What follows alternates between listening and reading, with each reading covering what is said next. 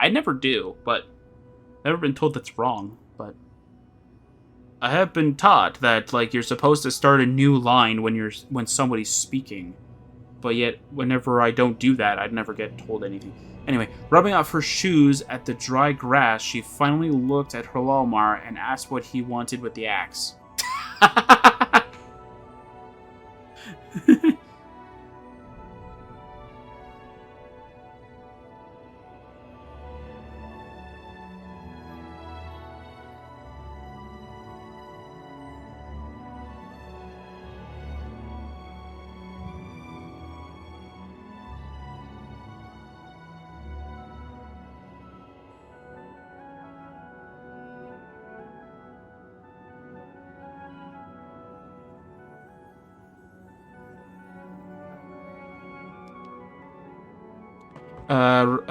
Yeah, she had surely regretted it afterwards because the Nord immediately started to tell her about heroic deeds which were already done by his ancestors with this axe, and that he was honored to carry it now, and about all the unimportant details of any allegedly thrilling fight against one rotting Nixhound. After really 2.5 hours,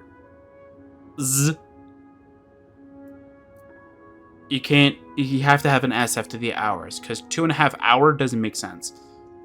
It kind of does, but you need an S in there to emphasize that it's longer than it. Celsius stopped the conversation enervetedly and swore herself to never again ask a Nord about his weapon. She pecked Halalmar gently at the shoulder, and he understood it immediately. Okay. He bent forward to her and scrambled his shirt of the body in the same time just before he could touch her lips.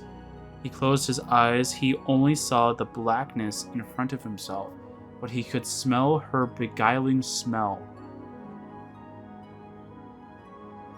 Okay.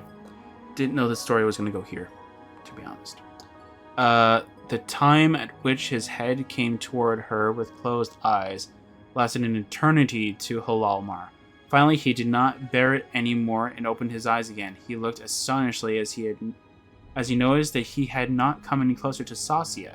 She was still in front of him and smiled. This time, not from kindness but from jeers. It actually lasted for a while until Halalmar realized that he could not move anymore. Neither his head nor his arms or his legs. They still obeyed his will. Standing on the ground, he sedentarily could not even turn the neck or bend his back. His eyes turned aside, and he saw the Sasia hand laid on his shoulder. It radiated a weak greenish glimmer. The vexed Halalmar wanted to yell and swear at Sasia as a witch, but he wasn't able to get his lips apart. Okay, there's no P's in the part. There's no two P's in the part. They were still sharpened to form an embarrassing kissing position. With clearly consternation? I don't know if that's actually the right word. I've never heard of it before. The Nord saw that Sasia, the witch, took away his clothes and even his trousers. The worst thing was obviously that she then lifted Cloud Cleaver up and took his axe away. Cloud Cleaver, the axe of his ancestors, was in the hand of a witch. Such a kind of degrade he never had learned before in his life. Halalmar was ashamed that he had betrayed his father and his ancestors with such a kind of behavior. Wow. I remember this quest. I remember somebody... Well, they didn't succeed because they ended up, I think, killing both him and the witch. But, like, I understand where the story is, right? The paralysis lasted about 4 hours. When Halalmar was able to move again, he felt like a dirty, stinking Khajiit. Still wrong spelling.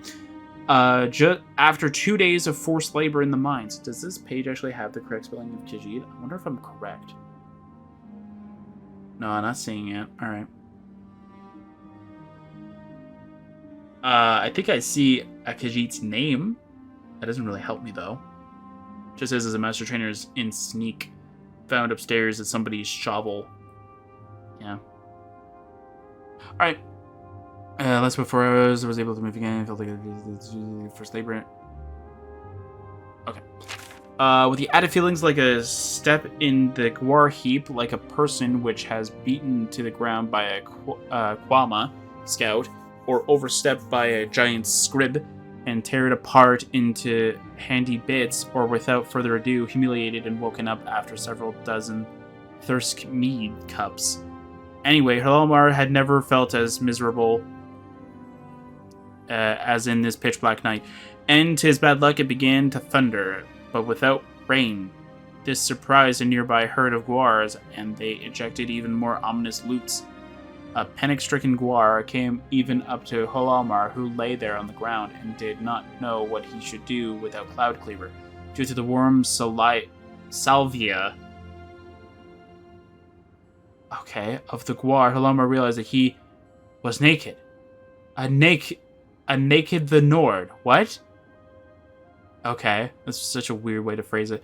Shortly after this realization, it began to rain, and the Gwar looked for a big mushroom which he could work as a protection. Halomar would never thought that a Gwar was capable of such complex considerations, but he did not care in the end, and he took himself under a big mushroom umbrella too. Oh! I literally went somewhere else when they say mushroom, but now I'm starting to understand. It means like the Shivering Isles mushrooms kind of thing. Okay. To be continued the next part.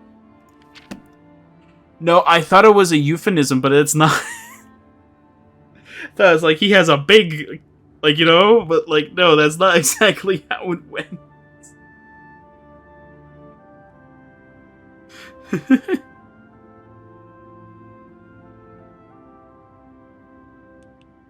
And that was actually really... Alright. Last one, okay. Part 3. The next morning was cold. Anyway, it seemed cold to Halomar because he did not wear any clothes. He was not able to return to Xilestar because she then would paralyze him again, and he did not like to become a lollipop for a Gwar one more time. Huh? Did the Gwar lick him? Okay. Apparently this is new information. He would need help. This was clear to him. He helplessly looked around whether there were anybody on the empty way, because the option to go to Caldera, or Caladra, apparently, and get new clothes was under every dignity. It is now said that a person, whether man or woman, came along the way. The race of this person is unknown too. There is just a little knowledge about this one, except the strange rumor that a short time after that day, this person was kept to be the rebirth of Prince Nerevar, but certainly there might be no little truth to it. You could have phrased this differently, to be honest. You could have just said, we don't remember, like I forget if the person was man or woman, and I forget what race they were. Like, make it seem like you forgot who it was, right? Instead of making it sound like they're a mysterious person. You know who they are. Like, what? Because a person like this would have never helped a naked Nord in the wilderness. However, Halomar asked the traveler whether he or she could help him, and fortunately, both of them joined on the hunt. Both of them? Wait.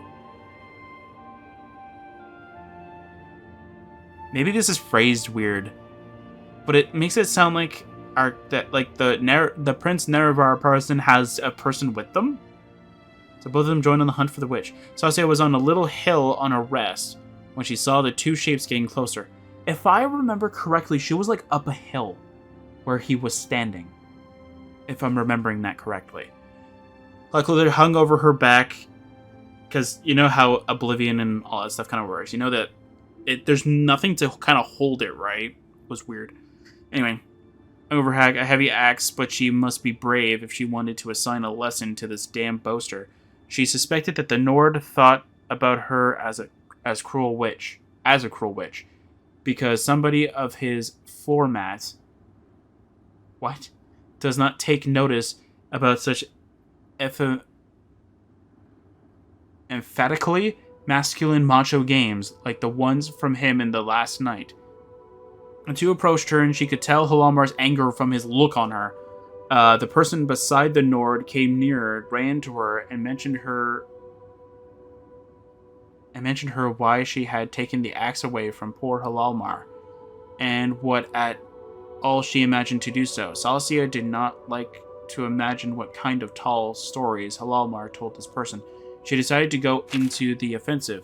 "Hello, traveler," she welcomed the person friendly. "It seems like you have already met my good friend Halalmar. My name is Xilestar Karistiana." Maybe I am. Maybe I'm not putting emphasis on an I being here, but it just sounds like I am. "The healer. How can I help you both?" "I would like to demand cloud-colored black," the person answered for certain. Xilestar only smiled after that demand. "Oh, I do not think that Halalmar is already ready to get it back.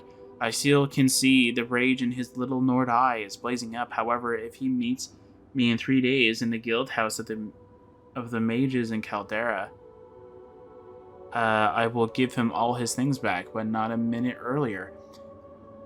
Like the way she emphasized it, apparently she would not let any contradiction to be valid. The stories are now again in a disagreement. The one say the unknown person would have killed Xilestar and given Cloudcleaver back to the Nord.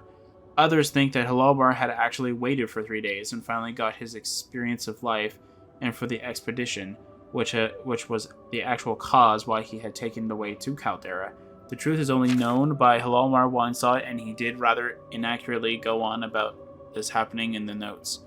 Unfortunately, you cannot ask him anymore because he died 2 years before this retelling was written. In fact, he got killed at the result of a very high jump, which he had executed from a found scroll named a Carrion Flight. Yes, to be known by someone you need not to have much news. Okay, the end. Okay, so that's it for this mod. I'm sorry for the big sort of duration. I didn't realize it was going to be this long, to be honest. I actually kind of thought that this was actually going to be very, very short. But I do want to say this again, just in case you do not know.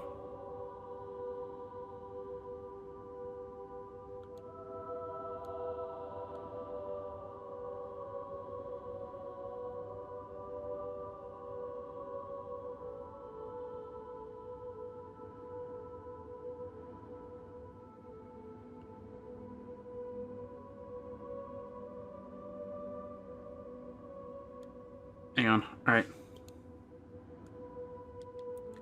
Alright, so what I wanted to mention is that I'm going to be changing a few things for this video and the next. Oh, wait, yeah, we're supposed to show off some items. I'll go do that really quick while I go and explain. So, remember,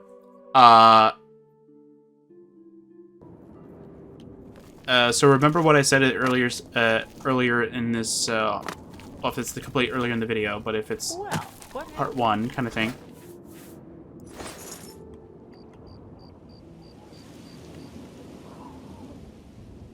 What?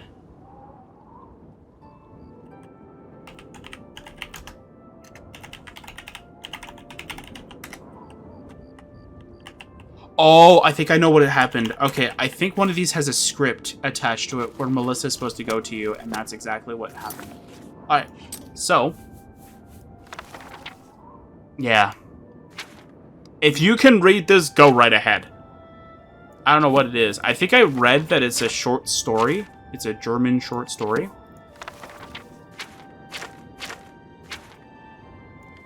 What's this one?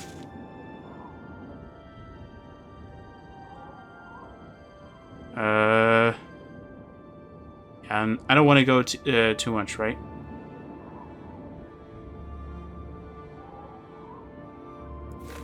Okay.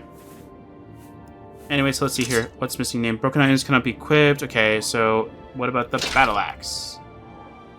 Looks very cool. Alright, what about redeems his claymore? That looks pretty cool. What about this one now? Oh, it's the same one? Okay, what about this one? I think it just has a different damage. It's pretty interesting. Okay, what about this one? Ooh, the Schwert von Redeems. It's just an ebony claymore. Alright. Shade steel bow. Actually, that looks actually pretty cool. It's like a pretty cool looking bow.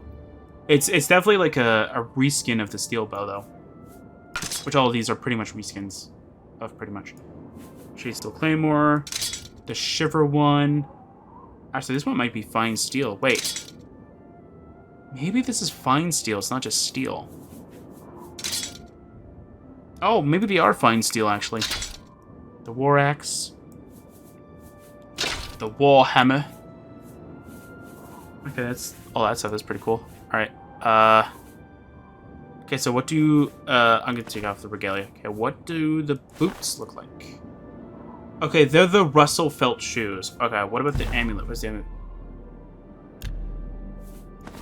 Oh, okay. That's not a very good system, to be honest. You have to equip an amulet for that to work. Not a very good system. Yeah, so it's just a Blackwood Company armor. That's not a very good armor to have as your thing. Alright, and Shade Steel? Or Shade... Yeah, Shade Steel. Thought it said Shade Scale for a second. I was like, oh, did I get it wrong? The gauntlets look very funny. Is it just a different gauntlet, maybe? No, it's the right one. There's a different helmet, though. Kind of looks like Mythic Dawn armor mixed with leather boots. And I can't... Maybe leather gauntlets, maybe? Like, it's really weird. And then what does the... I'll just use the longsword. Yeah, it's a fine steel thing. Okay, so Dwarven Shield retexture. Retexture. What about this? Mithril Shield. Very cool, very cool. Alright, I like that. Alright. It looks like a really cool looking armor, though. And then just a normal steel shield. Alright. It's a very cool looking armor. Very cool looking items. Do the armor ratings make sense? No, okay, I'm not going to go through that again. Well, alright, so that's going to be it for this mod. Yeah, so just remember that this will be the whole entire video. The audio will be bumped up a little bit. I'm going to bump it up to what I believe is going to be the safe thing. So let me know if this is a lot better for you guys. But before you do that, I want you guys to wait until the next mod playthrough. That will happen right after this one. And comment which one you like more. This one. So comment on the complete. Comments like, oh, the way that you did... what do you call it? The way you did Fight for Castle Ravenpride's like good, or the way that you did the next mod is better, kind of thing, right? Like, comment on that video specifically. Don't go to, like, let's say the next one and go, oh, I like the Fight for Castle Ravenpride one better. It's like, don't do that, because then it confuses me. It's like, did you like this one? Did you like Castle Ravenpride one more? So just comment on the video that you liked more, and yeah, because if I do what I'm going to do for this series, it'll be a lot easier on me, kind of thing. But if I do it for the next one, it's going to be a little longer process, but it should be fine. So yeah, so that's it for Fight for Castle Ravenpride. Hopefully you guys enjoyed. It's a bit longer at the end because, of course, stories and stuff like that. And I don't have like a text-to-speech thing. If I did, I would leave that on. But yeah, so I'll see you guys next time for the next Oblivion mod playthrough.